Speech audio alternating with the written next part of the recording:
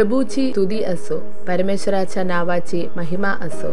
महनेमच्या voice of नेशन्समध्ये आपणा सर्वांचं स्वागत आणि लवकर येणाऱ्या प्रभू येशू ख्रिस्ताच्या नावाने माझा प्रेमळ सलाम. आज सकाळी आपण मार्क 11 अध्याय 22 या वचनावर विचार करीत आहे, जिथे लिहिलेले आहे, देवावर विश्वास ठेवा. विश्वास म्हणजे काय? हिब्रू 11 अध्याय पहिला सांगते, विश्वास म्हणजे आशेच्या वस्तूची खात्री आणि न पाहिलेल्या गोष्टीचा पुरावा आहे.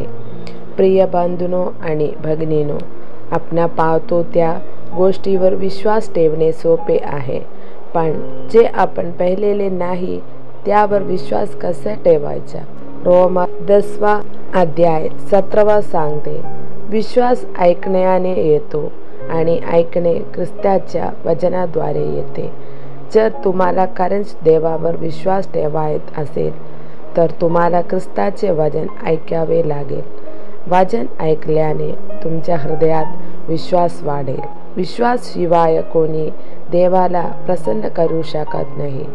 देवा म्हणते, माझा धर्मी विश्वासाने जगेल, पण जर तो मागे हटला तर मी त्यांचा आनंद मानणार नाही. बंधूंनी आणि भगिनींनो, जेव्हा आपला विश्वास कमकुवत होतो तेव्हा आपण देवाच्या कृपेपासून दूर जाऊ लागतो.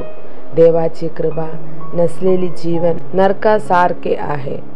शैतान हा चोर आहे. तो चोरी करायला, मारायला आणि नष्ट करायला येतो, म्हणून त्याला संधी देऊ नका. फक्त जे देवाच्या कृपेत राहतात तेच कन्या शांतीने जीवन जगू शकतात. आपण विश्वासानेच या जगावर विजय मिळवू शकतो. विश्वासानेच आपल्याला धर्मी ठरवले जाते. दुश्मनाने सोडल्या अग्नीच्या बाणांना आपण विश्वासाची ढाल करून विझवतो. आपला विश्वास परीक्षेने शुद्ध सोन्यापेक्षा अधिक मूल्यवान आहे. आपल्या विश्वासाचा कर्ता आणि पूर्णकर्ता येशू ख्रिस्त आहे.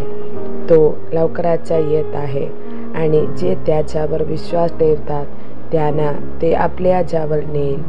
सर्वशक्तिमान देव सर्वांवर कृपा करो. Thank you. God bless you.